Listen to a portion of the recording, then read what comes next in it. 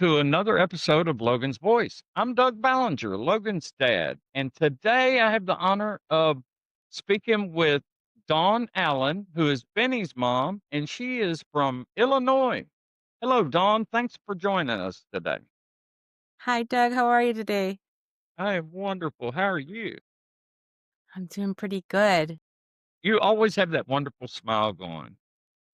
Um, tell us tell us a little bit about your story and about Benny and the things that have happened to you over the past few years. I'd love to. So Benny was the baby of three children. He was born in 2000, and he was our little love child. He was born out of a he was the result of a fairly casual relationship, and he was a gift nonetheless. And but as a result, I think it lent itself to his childhood being a little complicated as it pertained to, his father, who was not a really active component of his life, but his father's family, meaning his grandparents on his father's side, very much wanted involvement in his life, but we didn't really know each other very well. And, it was just a kind of a contentious relationship between myself and his father's family.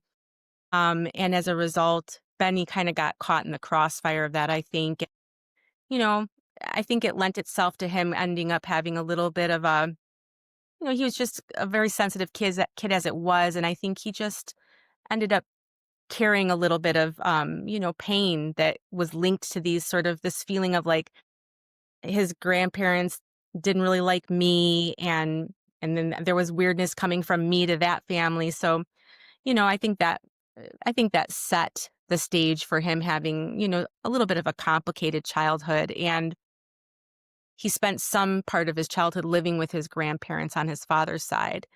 But closer to the end of his, elementary years, he was back with us and our family. He started high school back home with me. And, he early on showed signs of, you know, experimenting with marijuana, things that I think up until recently, I think most parents kind of felt that as like kind of a rite of passage thing. Like, I mean, kids are going to do what kids do, right? Right, right, right. Um, but then sadly in 2017, Ben was involved in a really serious car accident, and it resulted in numerous life-threatening injuries and required numerous, life-saving surgeries. He fractured his neck. He had his entire face needed to be reconstructed, and he suffered a frontal lobe traumatic brain injury. It was sort of in the aftermath of that we learned a little bit about the impact that brain injuries have on minds that aren't even fully developed. If the frontal lobe isn't fully developed until 25, and it's damaged, basically prior to that, it definitely created deficits for Benjamin as it pertained to his cognitive abilities as well as his impulse control. And so because of all the surgeries and about a year of or more of intensive rehabilitation that was required to recover from this car accident, he was on some form of a controlled substance for the most part for an entire year.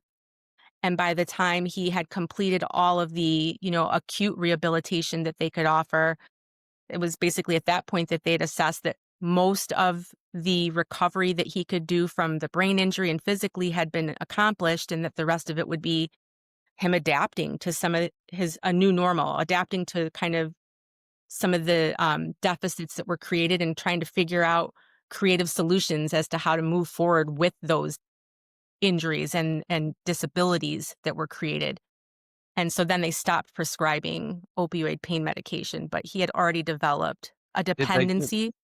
did they just cut him off, or did they try They did. anything in him? They did. They really did not.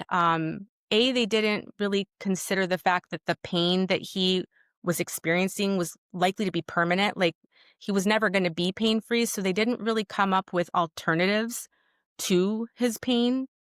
And they also didn't taper him in a way that really kind of allowed him to kind of, you know, uh, decrease the amount to the point where he could kind of safely transition away from them, and so almost immediately he began searching for alternatives to the prescription medication that he was taking. That seems to be an all too common story in in the community that I find myself in now. I've learned since my son's death, I've learned more about addiction, what causes it, than I ever knew before he died. And I wish I'd known this information then. I don't know if I would have been able to rescue him or not. I know somebody rescued him, but it wasn't me. And it wasn't the rescue I was looking for. Um, so I appreciate you telling us about his story. Tell me some good things about Benny. What was his favorite things to do? Benny was a gifted artist. He loved to doodle, and his doodles would be these like really elaborate, like, I mean, just, he'd get a pencil and a couple like colored pencils, and he would just create these little like abstract doodles that were so cool. And he liked to write. He was really interested in sports. He played, basketball and kind of all the typical, you know, basketball and volleyball through, high school and grade school. He loved music. He enjoyed music a great deal. And I think that was a major bonding thing for him. All three of my kids and myself, we really enjoy music a lot. We had a couple albums that we'd listen to in the car, and we'd make up funny, like, alternative lyrics to them. And, he again, he was the baby of the three of them, and I think because they didn't share the same father, there was a thought to some people that, like, oh, maybe he wasn't, they considered him like a half brother or whatever, but absolutely not. The three of my kids just loved each other so much, and some of my favorite memories are of my three kids just goofing off and picking at me and making fun of me, and they'd kind of gang up on mom, and they had little inside jokes, the three of them. And our Christmases together, we had like little silly rituals. And it's really funny. One year I went to like a white elephant Christmas party, and it was just kind of like gag gifts, like the silliest things that you could hand out. And I ended up with this green glass mannequin head, and it was just like a clear green glass mannequin head. And on a whim for Christmas one year, I wrapped it up and I gave it to Ben for Christmas. And everybody kind of got a kick out of it. And so the next year, Ben wrapped it up and he gave it to one of the other kids. And then for the years leading, following that, every year one of the kids would gift it to somebody, and that person would keep it with them in their room for the year. And they would do something to, like, they decorate it or put a sticker on it. So it became kind of like a traveling trophy.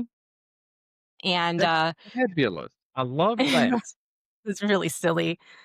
Um, and the 3 kids, you always get your kids lined up to take a picture in front of the Christmas tree every year. Well, over the course of time, there were, like, a handful of, like, poses that they would do every year where, like, they'd, you know, they just did all these little, like, poses, the 3 of them together, and they would, reenact them annually. And so I have all these pictures of them through the years doing these same repetitious poses, and we just had so much fun together. And I really do believe that, like, Ben's favorite thing was being with family. Like, when he was with his family, it was just it was just magic for him. Like, I think it had something to do with him feeling almost like an only child when he was with his grandparents.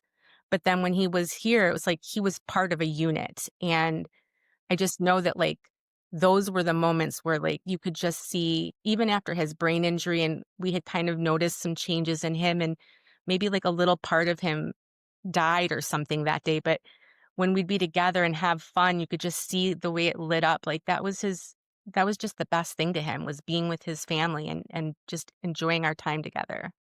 So, are all 3 of your children boys? No, I have Benny, and my oldest, Jeffrey, was a boy, and then my daughter, Caitlin, is the middle child, and Benny is the baby. Okay. I was a little worried you were being outnumbered there, but No. I'll tell you though, my boys, as far as like the relationship piece of it goes, those relationships happen a little more naturally than me and my daughter. My daughter and I are a lot alike, so kind of like, Gotcha. Sometimes that doesn't always play well.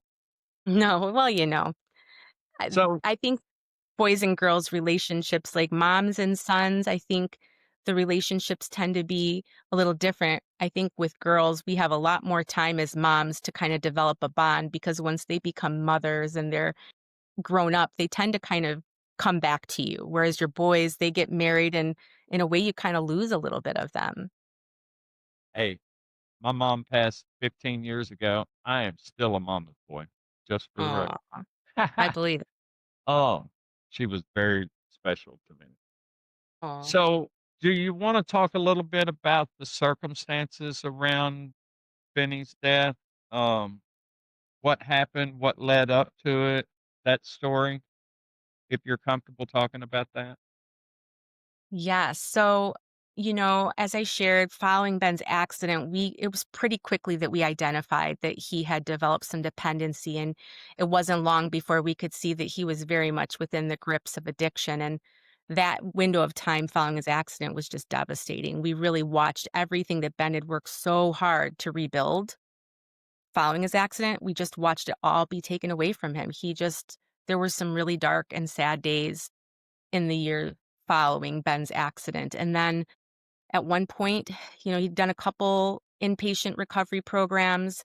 Certainly the pandemic, I think, really kind of catapulted kind of like the climax of his addiction, where he got about as bad as he'd ever been. And there weren't resources and there weren't things that he really needed, I think, as it pertained to kind of the support and safeguards that he had prior to the pandemic. So at one point, Benjamin I think he woke up one day and it was a really bad night that he'd had before. And he just made the decision. He woke up in the morning, he called a recovery programming, he contacted his insurance, went online, and he personally oversaw the entire process. He just called me up and said, "Mom, can you drop me off? I'm going inpatient." And I was just like, praise the Lord. Like, I felt like we had been trying so hard. We had so many, like, it looked like it was going to work out. And then he'd relapse. And this sort of back and forth had gone on for a while. And then I think, like they say, they have to be ready. It can't be brought upon them. They need to be the ones to kind of say, I'm doing this. So he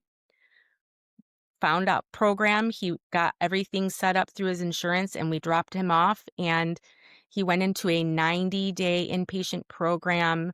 Um, and he did really well there. And then he contacted insurance and worked with his caseworker to extend into like what would be considered like a longer term recovery based program.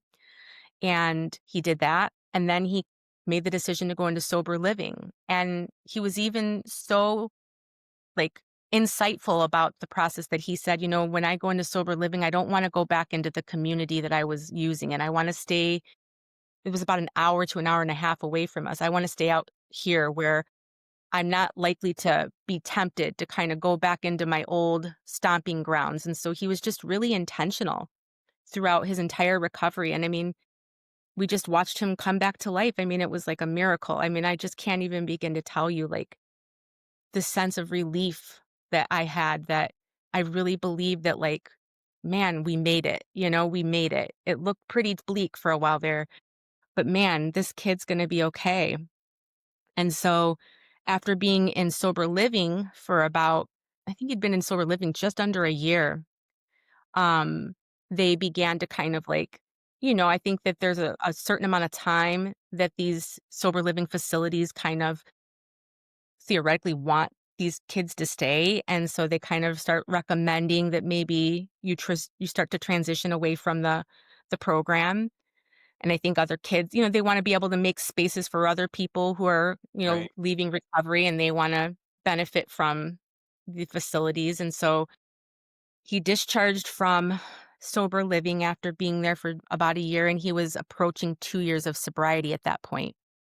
And then he was home for 5 days. When he discharged from the sober living, which was about an hour and a half away, my strong feeling is that they did not do a lot to prepare him for what it was going to be like outside of, without all of the accountability that comes with being in a sober living facility. I mean, we have a kid that has a brain injury, so he has cognitive deficits and things that he'll never really be able to escape. And he's also been in this controlled environment for 2 years. All of his sobriety had been accomplished within these safeguards of accountability and constant round the clock support and people who are, alongside of him, encouraging him. And so I think when he left, he was not emotionally prepared for what it would feel like to be exclusively responsible and have his sobriety be only within his own, hands to manage. And so pretty quickly, within the couple of days that he came out, I felt like I saw that he might have smoked pot. I believe that he may have smoked marijuana pretty early on. And the night before Ben passed away, he had gone to visit some friends and he had come back to the house pretty late at night. And I felt like I smelled pot. I felt like I might have even smelled alcohol. So I kind of took him aside and I said, Benny, listen, I'm your mom. I know you. And I said, and I'm not trying to accuse you of anything, but I'm just worried. I'm worried that maybe you're struggling. And so I just want you to know, like, whatever has happened, whatever's going on here, tomorrow's a new day. You're going to be fine. I want you to, let's get up tomorrow and let's go to a meeting. And he was like, yeah, mom. And he kind of, I know my kids really well. And I know they're like, I could just see in his eyes, like when he looked at me that night, like there was this look of like real, real deep shame. Like he just felt so, so bad. Like he'd let me down, like he'd let himself down. I could just tell. And so, I mean, I gave him a big squeeze. And when my kids were growing up, we'd always, how like people will say, I hate your guts. Well, we'd always say, I love your guts. And I squeezed him and I watched him turn the corner. He walked away. And then there was no part of me that really considered the prospect that I had just shared my final embrace with my son. I went to bed that night feeling kind of sad that Benny had likely relapsed. And I had kind of that sort of familiar feeling in the pit of my stomach of like, oh man, like, is this, maybe we're not as clear. Maybe the coast isn't as clear as I thought it was. And so the morning I got up, we had found a meeting that was going to start around, I think, 2 o'clock in the afternoon. And I got up in the morning, I ran a few errands. And Benny's always been like up with the birds. Like out of all my kids, he's the kid that would wide awake at like 7 in the morning on a Saturday when we're all like, we're tired. He'd be dressed and ready. Like he just wanted to go. And I knew it felt weird that he hadn't come out of the room and that he wasn't moving around. So, but I kind of ignored it. I kind of ignored that feeling of like, I wonder what he's doing. And so closer to the time that we would have gone to this meeting, I went into the room. My oldest son had come over to the house. He was sitting on the couch. He was coming to pick up some things of his. He has a little boy, and the little boy had been at our house, and he'd left some things, and he came here to get the stuff that might have been left behind. And I went into the room, and I kind of called to Ben, and he wasn't moving, and I kind of shook his leg. And the way he was laying, in retrospect, I know now, and I knew then, like something about it didn't feel really natural. And he was laying in a way that he would not traditionally have laid. And I slowly but surely, like, my eyes and my brain were kind of, I feel like my brain wasn't working as fast as my eyes were or vice versa, but they weren't meeting up, and so, like, part of me knew something was weird and part of me was still processing it. And so I called to my oldest son and I said, "Jeffrey, come in here and help me wake your brother up." And he came in and he shook him, and then he, um, kinda went to go lift him, and when he lifted him, we saw his face, and my son jumped back, I jumped back, and I mean, I knew there was nothing. I just knew there was not a chance that, like, this was gonna work out. There wasn't gonna be a Narcan situation here. It was done. I knew it. I got on the phone and contacted rescue, and I sometimes wish I could see a video or listen to myself on that call because I feel like I sounded, like, so, like, pragmatic, like, calling them up and saying, "Yes, I just found my son. I believe he's deceased." And just so, like, matter of fact, not, like, screaming, like, not the kind of thing that you see in the movies or on TV where, like, I'm, like, inconsolable or freaking out. I'm just, like, so stoic and, like, I'm gonna take care of this. Like, it was just you know what I mean? Just like I was calling because my pizza hadn't gotten delivered on time or something. Okay. And, Bless your heart. I am so sorry for you. Um, yeah, uh, I don't even know. I did not find Logan. Logan lived in Sarasota, Florida. I live in Little Rock. I got a phone call, but I was not the one that discovered him. So my heart goes out to you and your thank son. yeah, my poor boy.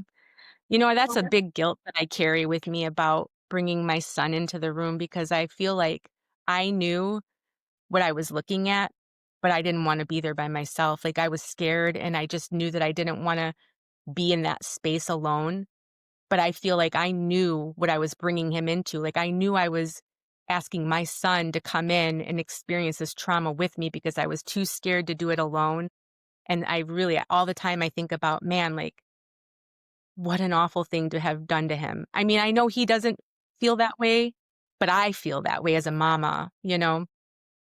I understand because it's your job to protect them from things like that. And here you were asking him to participate, which brings another thought to mind. How do the other 2 surviving children, how are they dealing with their grief, especially your son who was there at the time of death? How are they dealing with the grief? Sure. You know, I think that there's a part of them that feels really guilty too. I mean, I think they feel like we were the older brother and older sister. We were the big siblings, and each one of them to some extent engaged in an element of substance abuse with him. And I feel like my son Jeffrey, I think he's so much as said a few times like I wasn't a good example to him.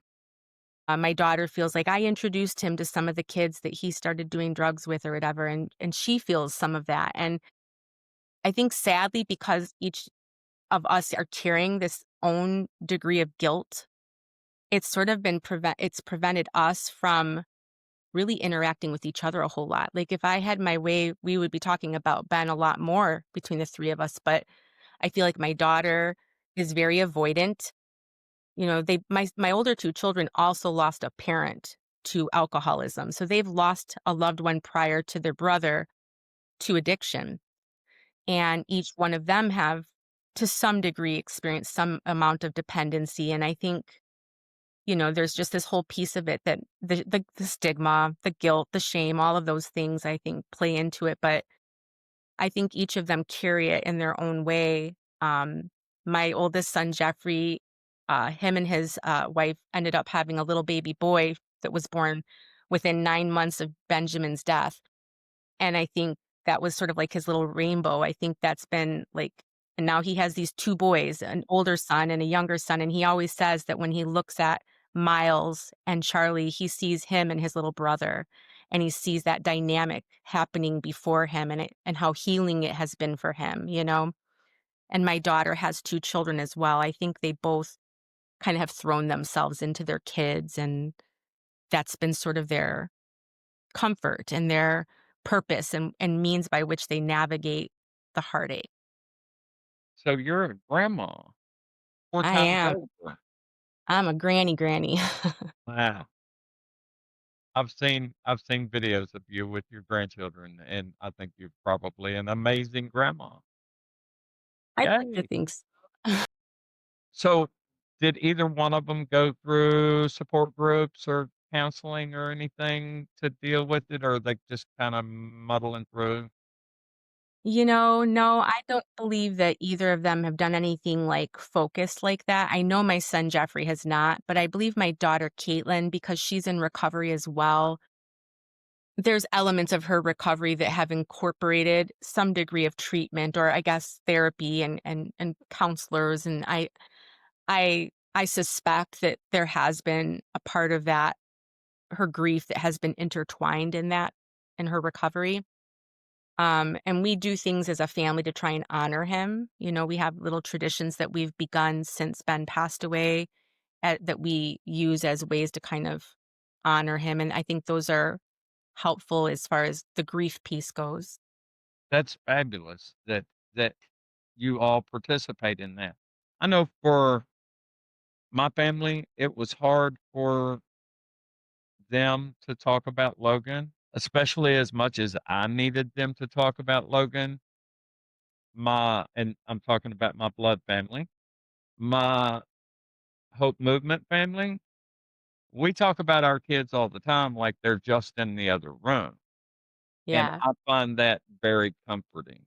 So that's I've chosen to be an active participant as an advocate in an advocacy role to do what I can to raise awareness. I know that you're also involved. And what do you do and how does that help you with your grief? I'd love to tell you about that. I very early on, following the loss of my son Benjamin, was experiencing some difficulties locally as it pertained to law enforcement, and pursuing an investigation into the circumstances of my son's illicit drug poisoning. And so, I had found a Facebook group called the Lost Voices of Fentanyl, and through that group, I was other bereaved families guided me to an organization called Drug Induced Homicide Inc. And so I was connected with the founder of that organization about 4 months after we lost Benny, and her name is Terry Almanza. She was a 28-year veteran of the Chicago PD and lost her daughter Sydney and experienced the same difficulties. And imagine you're a police officer in the department that you've worked in for 20 plus years and you're struggling to get justice. So she realized quickly that, like, if I'm having these issues, what chance do these families who don't even have these connections and the experience and ties to law enforcement, they must be even more, up against even more. And so her organization is facilitating families who are navigating the complexities of the investigation into a loved one who they've lost through illicit drug toxicity. And so she started off kind of helping me as it pertained to my son's case. But quickly, through those interactions, I identified that I was really interested in her advocacy, and I really wanted to see how I might be able to support her efforts and collaborate with her organization. And so Terry quickly became a bit of a mentor to me. And I went to her saying, basically, I'd really like to support your organization. And I'm thinking about, I'd like to do a podcast. I mean, I know that you're helping these families, and on the regular, you're being kind of asked the same questions over and over again. And there's elements of your work that is very repetitious and you're spread thin. What if you had an archive of podcasts that addressed some of these really consistent issues, and that was something that you could use as a resource for these families? And so I started off kind of with that proposal, and quickly that developed into, like, me coming onto the board, and as that relationship developed, I became very involved in her organization. But I'm really proud of my I'm very proud to serve the board of this organization and to work alongside Terry and so many of the other amazing advocates that I've met through her organization. And I feel like what she's doing is so special. It's so unique. Families have such disadvantages when they are in the throes of grief, and then they're being left to basically spearhead these investigations. And her organization offers a layer of support that I feel like makes the biggest difference, and it has for me, and I fully believe that it will help. It has, and it will continue to help many families. Is she there in Illinois? She is in Michigan now. She was, here in Illinois, and when she retired, she went over the border to Michigan. But Okay. she supports families nationally. The organization supports families nationally. I have heard about the organization. I believe they're doing some good work. And because what I have found, like in Logan's death, there was absolutely no investigation. They handed the phone. My dad lives down in Naples, and he drove up to Sarasota, you know, the next morning after we found out he was gone. They handed him all of his personal items, including his phone and all of that. And I kept asking the victim's advocate about an investigation, and she eventually connected me with the detective who said the case is closed. He was a known user. there's nothing to investigate. It was an overdose. And, that was pre-toxicology report. And this happened in Sarasota, Florida. I 100% believe that detective doesn't have a heart or it's made of stone because even Logan's drug of choice was intravenous heroin. He Okay. had a puncture wound on the top of his right hand. He was right-handed. Nobody's going to put a needle into their Oh, right hand with their left oh, hand, but if he was sitting there with somebody and they said, "Okay, give me your hand," he would have held out right. his right hand and they would have hit him right there where they did. Absolutely. That's Yeah, what's playing I in my mind, and I talked to the detective and he's like, "Well, what do you want me to do? We're not gonna go out and arrest anybody over it." It wow. it just made me angry.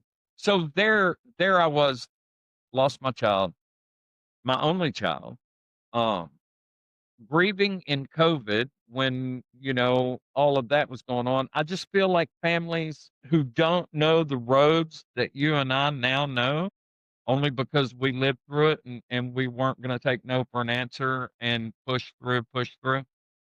I think so many families are left in the ashes to just wither away. Um, And they count on that. They count on us kind of giving up. That's why they don't out the gate take the initiative. Not all of them. There is a lot of really great law enforcement agencies out there that do care.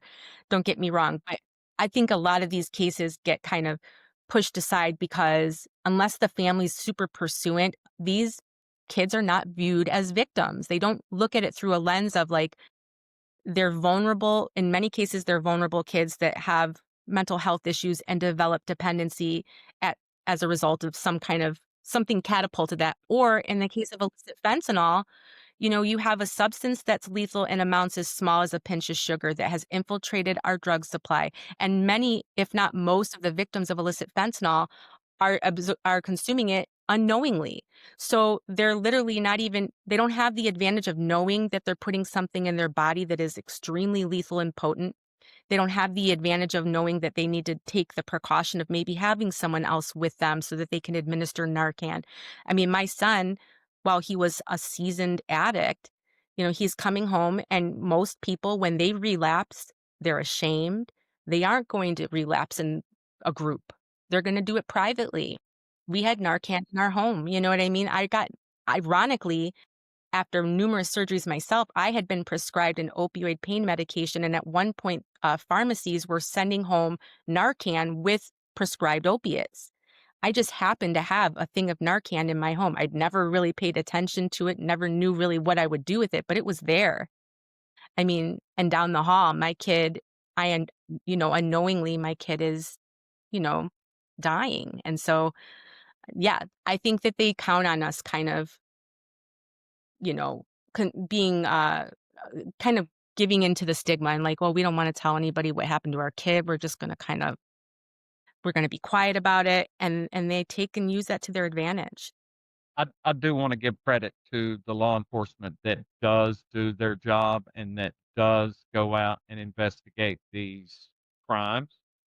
It's no different that if you and I were out at a bar having a cocktail and I slipped a roofie into your drink and you died, I would be arrested for poisoning you and killing you. Sure would. What happened to our children is no different than that. I mean, 100%. if we were at a bar, we were both known users of drinking at a bar, having a cocktail, happy hour after work, whatever. Um, yeah, so I They don't really take into consider sorry, go ahead. no, no, I mean, I it just grates all over me. They don't pay more attention. I know we have one DEA agent here in Arkansas. His name is Trey.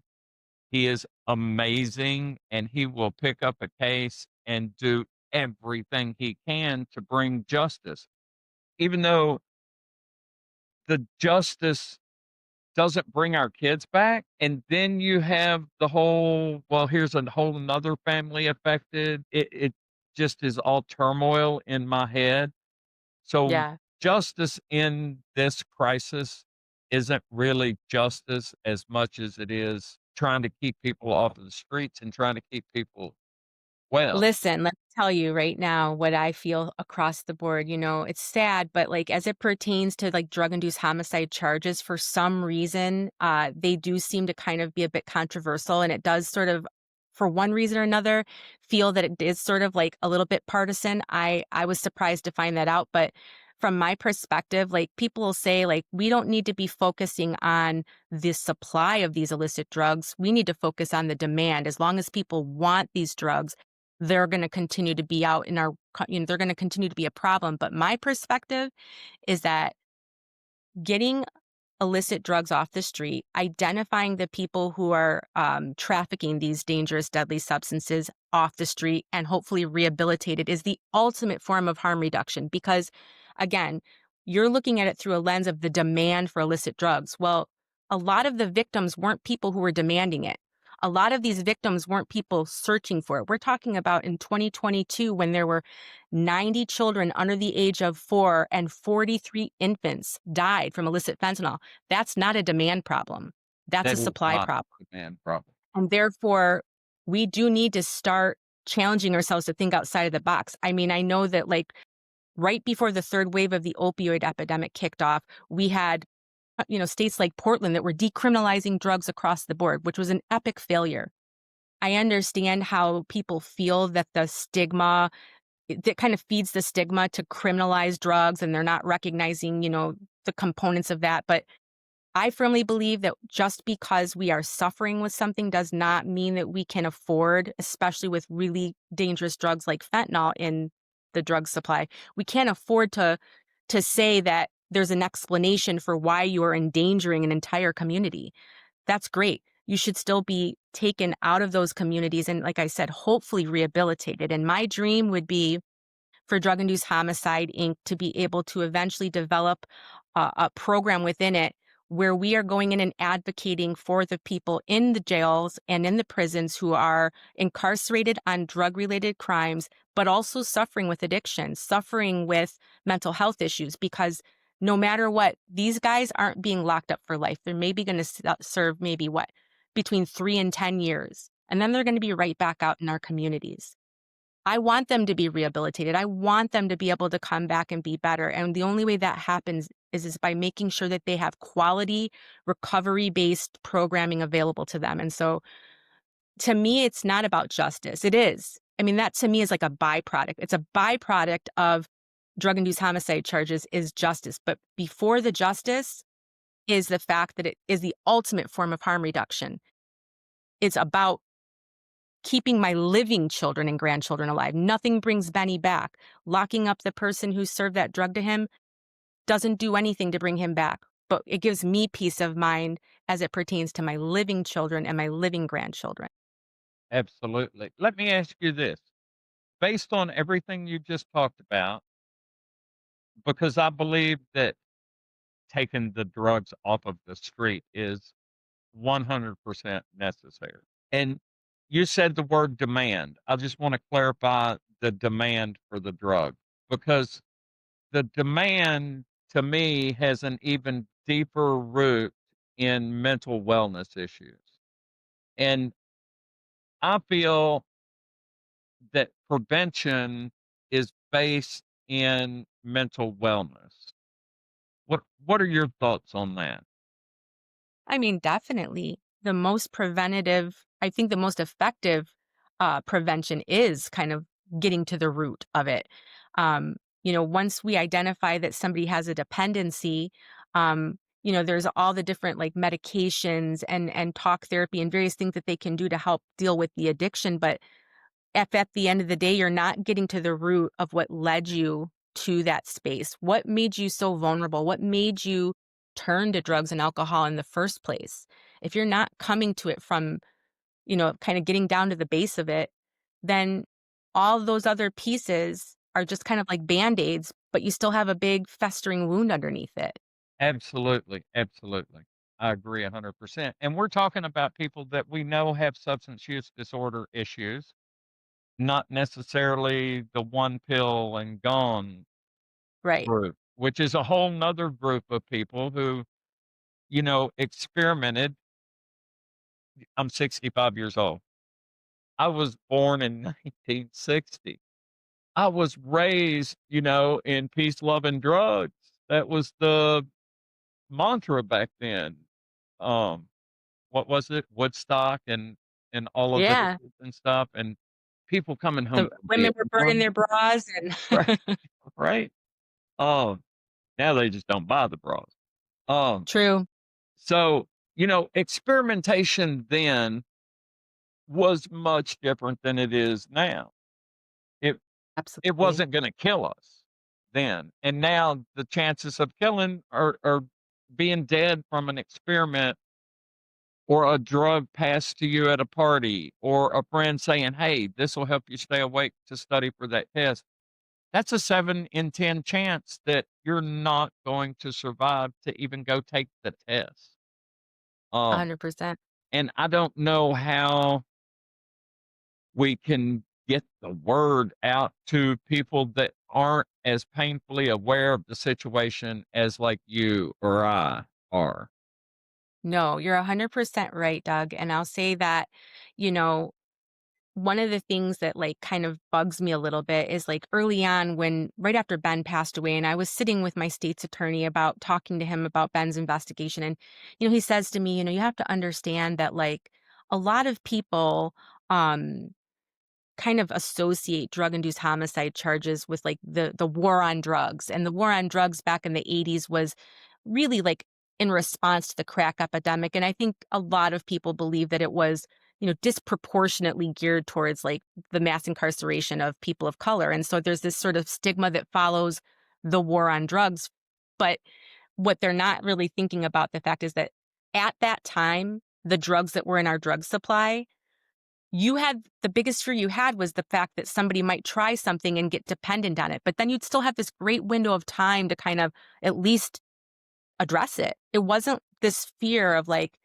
the first and only time somebody tried something, it would be the last, and, people talk about like, you used to, kids used to be able to learn from their mistakes. They shouldn't be dying from them. And so now it feels like, we have a responsibility to adjust to the change in the culture of drugs. I mean, the obviously now with these synthetic opioids, illicit drugs are claiming lives at an unprecedented rate. We're losing more Americans to this to just about anything. I mean, it's really like up there.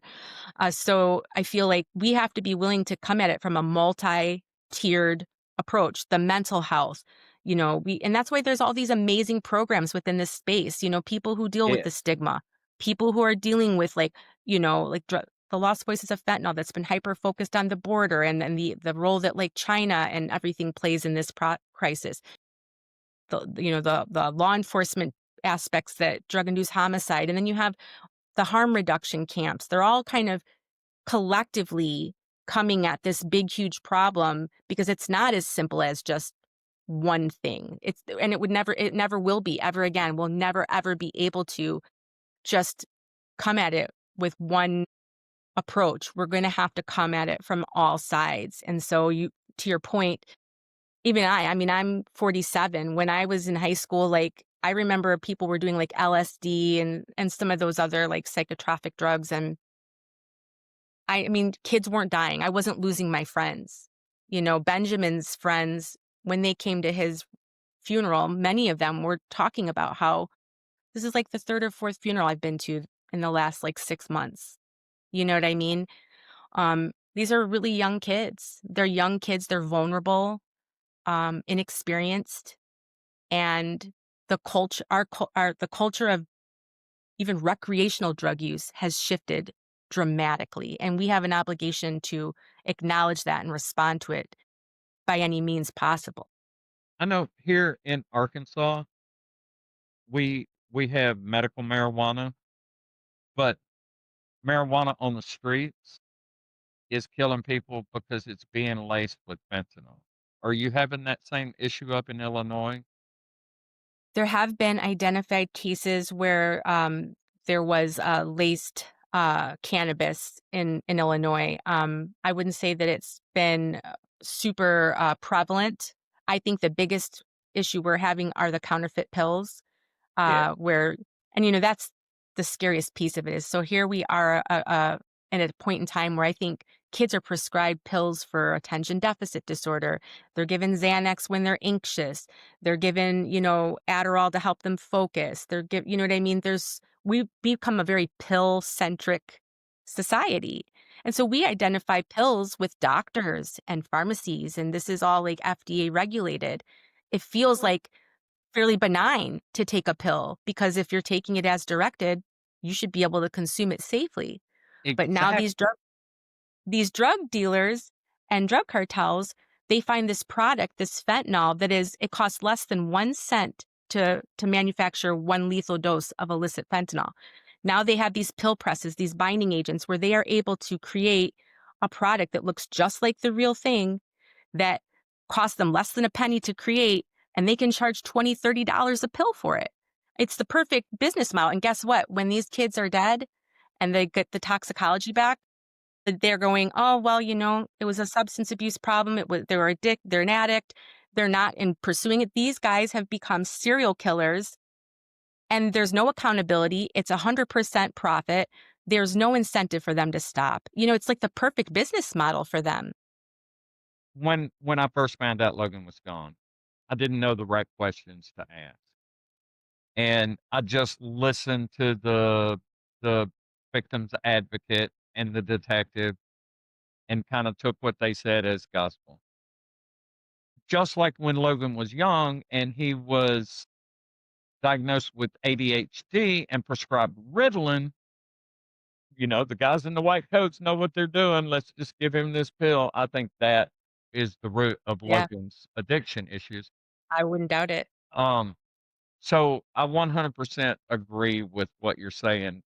And we treat everything with a pill instead of, you know, instead of asking what the hell's wrong with you, we need to ask them what happened to you? What can I do to help you? How can we work through this? There's absolutely benefit to some of these medications. I know that there are people who have been able to really benefit from them, and I don't think that they're without purpose. But I feel like we've a lot of times when kids are struggling in school or when there's things going on, like sort of became the first frontier. You know what I mean? The first thing that we're going to do, rather than like you said, explore and kind of and see if there aren't alternatives or are there things that we can do proactively that could bypass the need for some of these medications that while they might help also come with harmful side effects. So yeah, I mean it's sad, but like it feels like people have gotten to a point where they think that a pill can fix everything. And that's the mindset our society is in, especially here in America. I'm not sure about the rest of the world. I did do a podcast with somebody in England. I was a guest on her podcast, and she said that ketamine is the big drug there in England. That she doesn't I've really hear lot about fentanyl deaths there, but she hears about ketamine. yeah. So, There's a okay. lot of weird, long worded substances that we are hearing about more and more. And all I can say is that as a mama, I felt like I really kept myself in the know. Like prior to losing Benny, I really felt like I was just a pretty informed person. I mean, all throughout the pandemic, I was there with my masks. I was standing the 10 feet apart. I was like quadruple vaccinated. I was doing all the things and I've always sort of been apprised of what was going on in the world around me. And the fact that while we were out there thinking that the greatest threat our kids faced was, you know, a rebel who wouldn't wear a mask or potentially being gunned down by a madman at a concert or something, and all throughout that time, we have a substance that is lethal in amounts as small as what could fit at the tip of a freshly sharpened pencil. And it's all throughout our communities and it's killing people in troves. And the fact that I didn't know about that blows my mind. I'll never be able to bypass the sense that like the previous administration really did fail to alert us.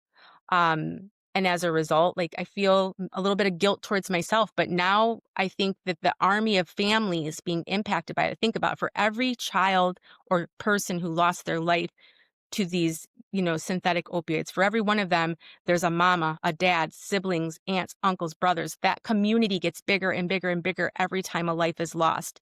And while it feels completely, incredibly unfair that we would be the ones who have to bear the burden of creating this awareness and being the boots on the ground to kind of roll in change, we're doing it nonetheless. And now I feel like it is reaching the ears. And some of these words and these names, like the ketamine and the xylazine, those are becoming household names.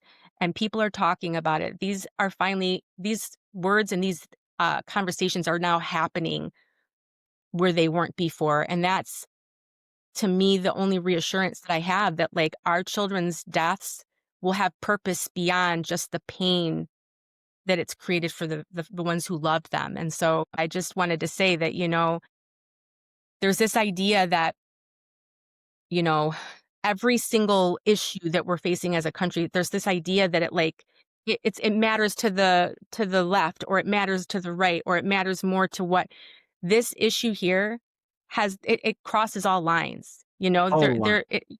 There aren't the people who've lost their lives to these during the third wave, during the opioid epidemic, during the drug epidemic. Those lives that have been lost, they're not exclusive to one side or the other. In fact, I would even beg to say that, like, we've seen within the time that the third wave of the opioid epidemic has kind of that wave, we've seen a drastic shift in the demographic of people being impacted. Whereas prior to that, it seemed to be a little bit more towards this group. Now it's shifting. It's constantly changing, and it's going to continue to change and evolve. And the threat continues to reach into the corners that we'd never dream that you'd think these were the most protected communities. They'll never have to worry about that. They have to worry about it. We all have to worry about it. And it's on each and every one of us to protect our own and to make sure that where we can, we are lending our voice and our knowledge and our experience to the spaces where the people, to protect others, to keep everybody that we know and all of our friends, have it reach as far as it can. Before Nobody's they're immune to this. affected, before they're Nobody is immune to this. Yes. yes, before because And so, I've talked to other people, fentanyl, xylazine, nitazines, which is the new word I'm not sure how to spell yet. yeah, nitazine. So those drugs, the nitazines, fentanyl, those kind of drugs that are in our supply now, or in the drug supply, and poisoning children at a rate faster than any of us can handle. Those are the only thing on the planet non-discriminatory. They kill people of all colors, people of all religions. It doesn't matter what political party, what religion, what color your skin is to this drug. You bet it. And I you know, I lean so hard thinking it's an attack by China on us. How we deal with that is obviously in government hands, and it kind of throws partisan into it. I And don't wanna sound like a conspiracy theorist, but from my perspective, it can't be a coincidence that the biggest community impacted at this time has become our military-aged boys. That is the demographic that has been most vastly ding, impacted ding, ding, by. ding, ding.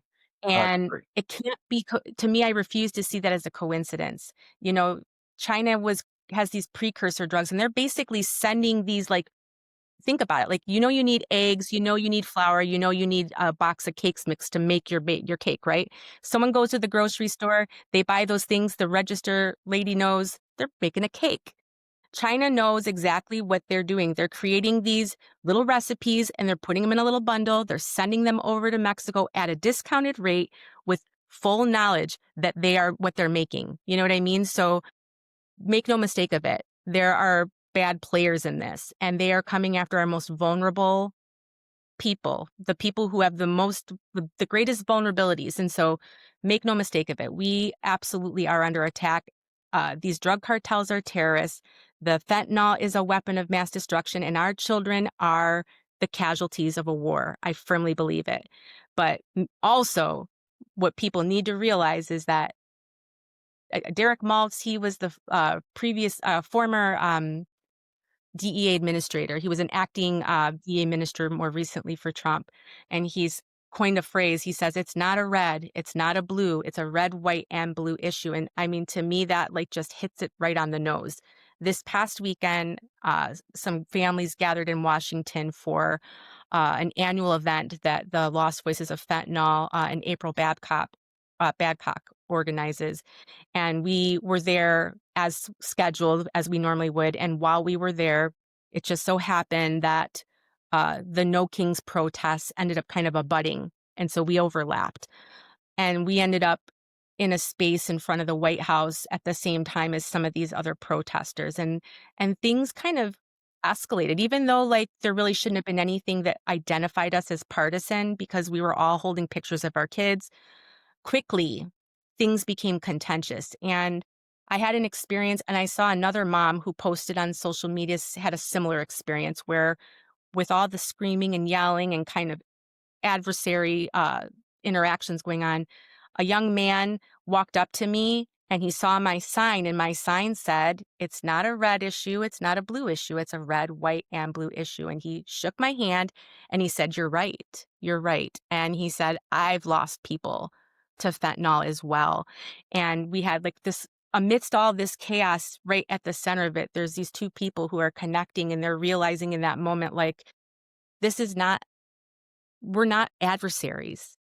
This is about all of us. Every one of us can be impacted by Right. this, Right. and we're crossing that line, and even though I'm not on one side of the line at all, like, it's not like I had to cross a line to begin with, but in that moment, like, and another mom shared that she had a similar experience with another person in the same space where she saw them and their eyes met, and she went over and interacted with him and basically shared this tender moment where, and I feel like those moments happen, they're happening all the time, but we're not talking about them. We're talking about the conflict. We're talking about the fight that happened.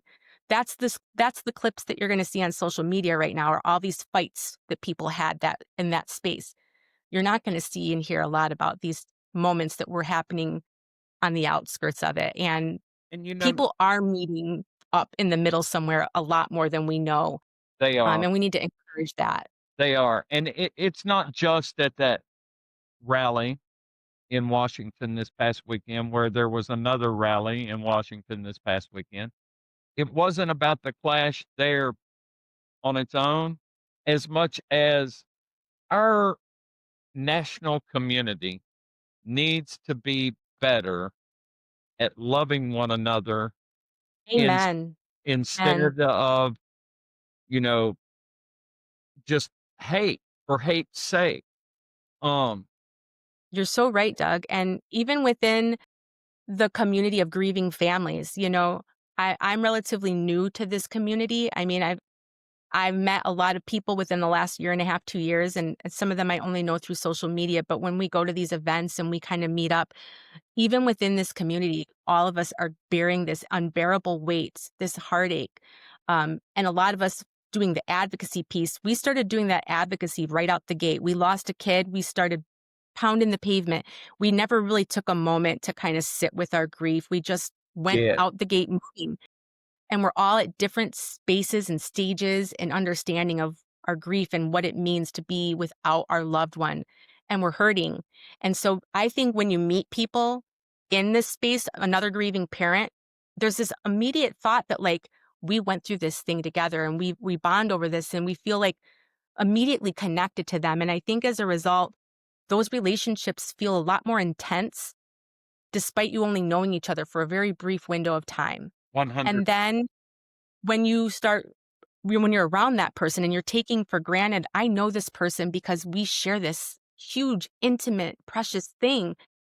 Then when they disappoint you or when you're not seeing eye to eye, the stakes feel so much higher and you feel it's just wild like how some of these mamas that I've met, like I feel closer to them than I feel to people that I've known my whole life. And so I just immediately assume like we have this thing and we're unbreakable. But then something happens and the dynamic shifts or whatever. And man, people will take it so much harder because we are so vulnerable, we are so fragile, and therefore the connections that we make with one another feel so intense, and I think the expectations that we have of each other aren't realistic and fair sometimes, and it's just heartbreaking sometimes to see how even in this space where we all have the same idea, we know exactly what we need to do and what we want to do, and we're all on the same page, and we can turn on each other so easily. Everybody And wants to bicker yes, about how it gets accomplished, and that doesn't fix anything.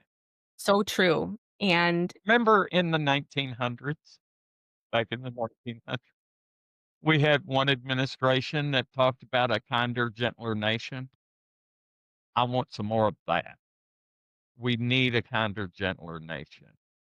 We we need really, we need to stop what's happening. We need to focus on mental wellness, and we need to be kinder and more compassionate to each other, regardless of political affiliation, regardless of skin color, and regardless of religion. Those are the 3 things that cause people the most distress, and greed. Greed, kinda rides on top of all of that. you're so right. And honestly, like, I think we also just need to remember, like, you know, at the core of all of this, we were all born into this world. We were somebody's baby. Somebody held us for the first time and looked at us and didn't know a single thing about us and fell in love with us immediately, just looking at our little round faces. And each and every one of us, like, started the same way. And sure, our lived experiences may vary and they might culminate in us having different ideas and values and beliefs, but at the core, like, we are all the same.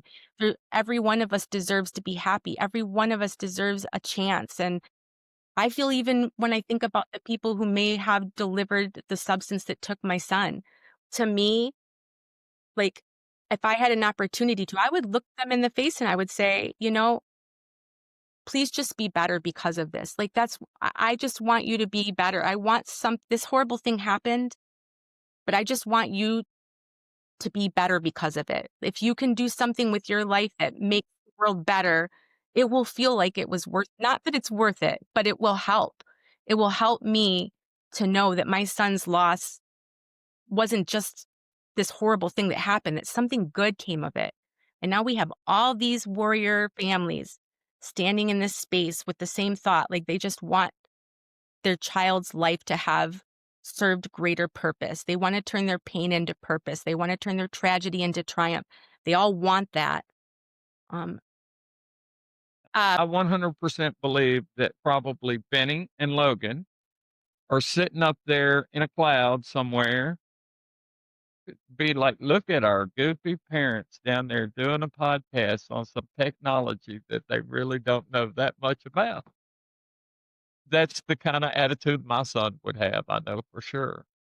He would be I ribbing always me. take, I definitely take comfort in the thought of, all of these people that I've met. And when we start talking about our kids and we realize all the different, like, things they had in common. And then there's, like, they'll be like, I've talked to a few mamas and we're like, man, I think our kids would have really gotten along Right. really well. And they have all this stuff in common. And then I take a beat and I'm like, they probably are getting along and they probably are, kind of gathered together on their own little side of heaven, looking down and just, again, probably laughing at us when we're being goofy and on the flip side of that, really kinda high-fiving each other when we have a victory. Um, and that is really comforting. My spirituality has become my primary means by which I hang on. There are days where the weight of this loss is unbearable, Right. and there are days where I just wake up and I feel like if I didn't have to get out of bed, I wouldn't. Um And even the things that give me immense joy, like my little grandchildren, there are moments where I'm sitting there playing with them and I feel like guilty because I know that, like, I'm not experiencing that joy at the level that I should. But on the flip side of that coin, like, I'm still here. And I really firmly believe that, like, my son is, like, there behind me all the time. He's encouraging me to be kind. He's encouraging me not to feel discouraged. he's encouraging me to encourage other people, and something I did really wanna tell you about was that when my son passed away, I got all these, like, little messages from various people that went into recovery with him, and they were telling me all these little stories about him, and a handful of them had told me that Benny had, like, a little notebook that he would write down his friends' sober dates on it, and he would contact his friends, like, on their 1 month or their 6 months, and he'd send them, like, a gift card for a coffee at Starbucks, and he was, like, encouraging them and rooting them on, and I think about that a lot when I see people hurting or struggling. This weekend when we were at this event with all the kind of intensity that was around us, I think there were a lot of emotions were riding high for everybody, and where people kind of wanted to, like, immediately jump into that feeling of, like, "I'm mad." I really felt this, like, pull to, like, offer a perspective of, like, we're all having human moments. These are human moments, and each and every Yeah, one of us is gonna handle things a little differently based on how we're feeling in that moment, but, like, at the root of it, there's goodness, um, and challenge yourself to be more Christ-like because I feel like where God is, goodness grows, and I really feel like even if my son's case didn't result in justice, even if nothing maybe I never accomplish anything on a major scale, if I can walk around and, like, inject, like, happiness and kindness and encourage people and continue that thing that he started, with his friends, if I can help other people who are suffering with addiction or however, like, that is still, like my son's still making the my son is still changing the world, like, in little absolutely. small spaces, the seed is planted and it's growing, and it's because of him. I feel the exact same way. If what I do reaches one person, that's my goal. If it reaches 100 people, that's 100 goals met. But yes, I am so sorry that you're struggling with that, mama, but I believe your son, Benny, would be proud of you. So growing up, I had a friend named Benjamin, and we did not call him Benjamin, we called him Benjamin. Well, We did use that one too. we always thought it was a cooler way to say Benjamin. Okay, if you're okay with it, I'm gonna go ahead and wrap us up. I have a feeling you and I will meet again on a different podcast episode. We'll pick a different That topic and go Yeah, down that no, we road. could definitely do a part 2. I would love that. Absolutely, absolutely. Um, thank you again for being here. Thank you for sharing your son with us. Please hug your other children and your grandchildren from me and Logan and from Logan's voice. And for now, I'm gonna sign us off. So Okay, thanks so much, Doug. thank you. You are really a kind, kind man. I want you to know that, like, you exude such a sincere and genuine kindness, and I feel like that is really what the world needs most right now is just kindness. Thank you so much. That makes my heart feel good. All right, Okay. well, God Goodbye, everyone. I am Logan's voice. I am Logan's dad, and I will not be silent.